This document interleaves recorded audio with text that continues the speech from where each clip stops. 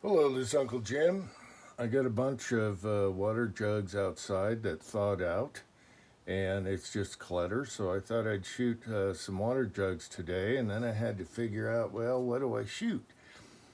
And I don't believe I've ever shot a black Talon before in a milk jug. So here's your old black Talon, the old evil black Talon that the media made a big stink about.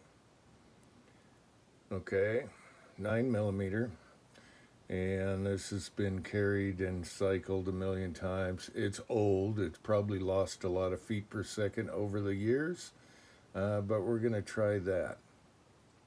So, what they did after the big media hoopla on how evil the Black Talon was, they went to the Ranger Plus B Plus 9 millimeter and put a jacket on it, and it is gnarly, and we shot that in a previous video, and it is sharp and gnarly. It'll cut you up big time. And that was shot in the same size pistol. Maybe I used a CZ, I can't remember. And they work awesome, and the Plus B Plus really gets the velocity, and it's consistent. It always does that. All right. So let's do the old black Talon today. Both of these were pretty cheap. These you could buy in 50 round boxes cheap. Okay, and it was great ammo. So then I thought, well, what guns do I use? Are we focused here? And I thought, well, if we're doing black Talons, we got to do the Black Widow grips, except for I'm going to shoot this gun instead. But I thought I'd show you what I call the Black Widow grips. This is the original, the first CZs. This is original pre-B. Okay, so the CZs were imported, brand new in the box, and they got a good reputation for being really rock solid. They're all steel. You had the inverted rails for accuracy, and they were super reliable, and they had a great reputation for being a cheap gun, even a truck gun, that you could buy imported for under $300 or around $300. So this is the granddaddy of them all that gave CZ the reputation before CZ USA. These came from Czechoslovakia, and they had different imports. In this case, the original pre-B was imported in Montana, and there's some differences here. You have your Black Talon grips, which I wish someone would reproduce these in micarta or wood so I can save these, because if these crack, I'll never be able to find another pair. They are just so cool and retro. They also had a different scallop right here for your serrations. It's kind of cupped. I think that's retro and it's very cool. You had the round trigger guard, which I prefer. I wish they would have stuck with round trigger guard. It's just so much nicer. Okay? And the thing about these first ones is you had a staked front sight. So if you were to change your sight, you'd have to get inside and grind it off, pull it off like a 1911, an older 1911. And the other thing is they had a kind of a crappy powder coat finish. And you'll see right here where the safety is, it kind of worn off there. But the rest of it held up fine. You know, that's no holster wear really, so it's just around the safety that's kind of annoying. And then they changed that on their transition model. All right, so that is my favorite just for the cool retro looks. The spurred hammer. It doesn't bite you because you got the beaver tail. No decocker, no firing pin safety, no extra parts. Just like John Browning intended, they actually copied the high power and did a double single action gun. And that's basically how they got to that. All right, so this is called the transition. This one came after this one. These are in the 80s. And the transition models, these were only imported a few years. And then these only a few years. And then they went to a decocker. So this is all the same thing. Are we focused here? However, they did a better finish. I think it's still a powder coat, but they did a stronger, more adhesive finish or something, because you'll notice on the safety, it's not grinding the finish off there. Okay, and then they went to the dreaded square trigger guard like you see today on CZs. They gave you a rounded spur hammer, okay, and the sights. The front sight now, let's do a close up. The front sight now is pinned on the transition model, so you could remove it. It's not dovetailed, it's just pinned with the roll pin. This one was imported in Pennsylvania. Okay, but all the guts are the same. They just changed some of the cosmetics. The hammer, square trigger guard, more traditional CZ grips with the logo on the bottom. They're both plastic grips. They're very comfy. And I left them that way because that's how they came.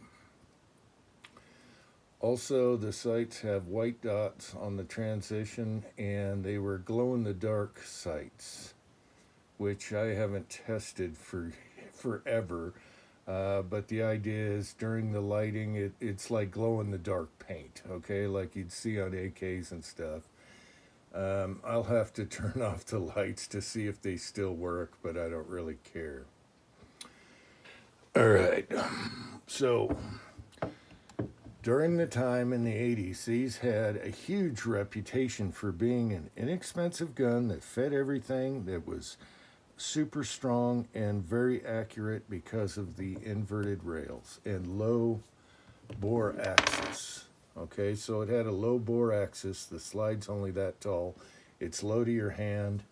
They're just, awesome. And so they got this reputation, and that's why you see CZ today having a reputation. Well, it was because of this, and then this, and then they went to the decocker. Now, you could buy them brand new. They came in one magazine. I'm trying to think if this was a cardboard box. This was $289, and this was $300. This one had a plastic box. I went to look for the box real quick, but I can't find it. I don't know where I put it, and I can't remember if it came with 2 magazines or 1. This one came with 1, I believe.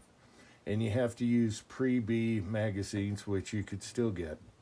I think I have 4, something like that. All right, so I guess that's a little history lesson on the CZs here. They used to be cheap imports, but they got the reputation, and they were great. People used them as truck guns. I mean, oh man, these are the best truck gun ever. And I've kept these because of their history. And going down the line, maybe I get a different one, with the decocker and all the extra parts. This one has different serrations here. Instead of being cupped like the old retro, which I love, it's just kind of straightforward type deal. All right, so I guess that covers it.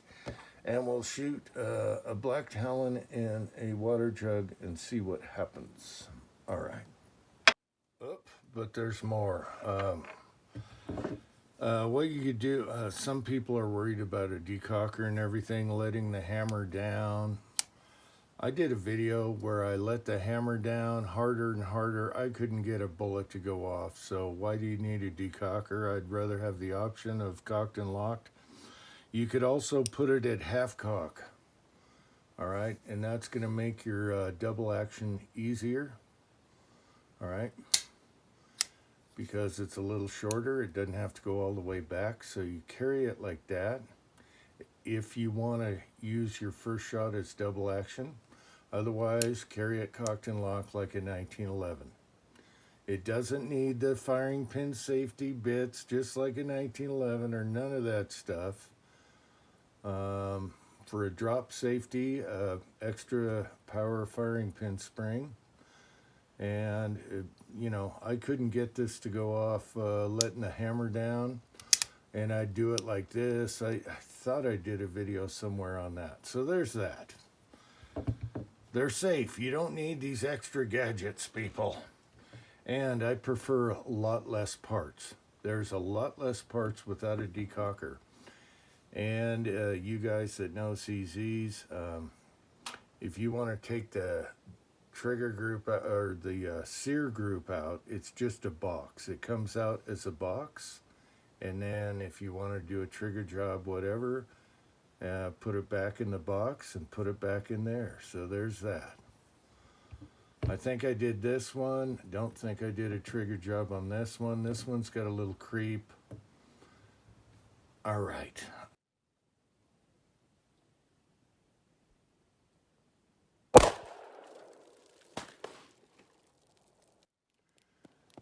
All right, so I lied. There's still ice in the jugs that have been sitting out here. There's the first jug. There's the bullet hole there. Went out the back. We might have it in the second jug here. All right, let's check that out. Okay, we had to get surgical with this son of a bitch. Cut her open. Oh, there she is. Oh, yeah, baby. All right. Yeah, you can see there was a lot of ice. I thought it was just water, but no. All right, so it's an ice test, 2 jugs.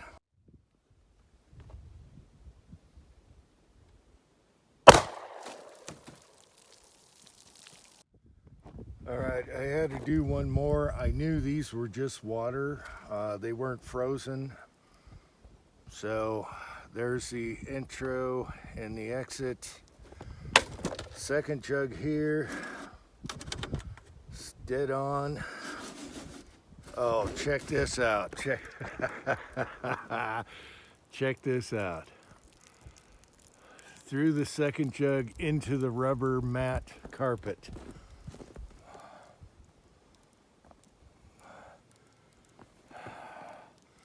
And there we go. We'll bring that in. Did about the same thing. Are we in camera? There she is. There's the second one through the water. All right, let's bring them in, check them, weigh them. All right, so what we have here is a blast from the past. Old retro CZs and old retro ammo from a similar era. So this one was in the ice and the water. It was mostly ice. And we'll weigh this. These were 147 grain originally. And it's 143.3 grains, so it lost a little bit there. And then I did a second shot, making sure the jugs were just water. And that's 146.6 grains out of a 147 grain, so that's pretty good. Now, let's show you this gnarliness. I had forgotten these were jacketed. It's been decades, and old people don't remember decades, but there you go. There's your famous black Talon that was pretty much banned because of the media and how scary it was, but it's no more scary than the Ranger that came after that. All right, so let's check diameter here. Okay, And so it's going to be hard to check.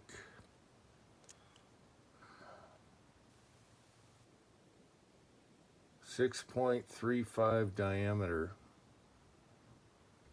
and it's a scary looking beast. Your original black Talon. Okay, now the one that went through the water jugs instead of the ice, 6.60. All right, so the water did a little bit better than the water and ice, but it was nice to test both. This was all accidentally. I did find one piece of brass in the snow, and it looks fine. Primer looks fine. Everything fine. And then over here is the predecessor, the Ranger Plus P Plus. And this was a lighter bullet, 115, 115.4 grains. And I've shot this previously. Let's see what the diameter is on this. 645, 664 with the lighter bullet going faster.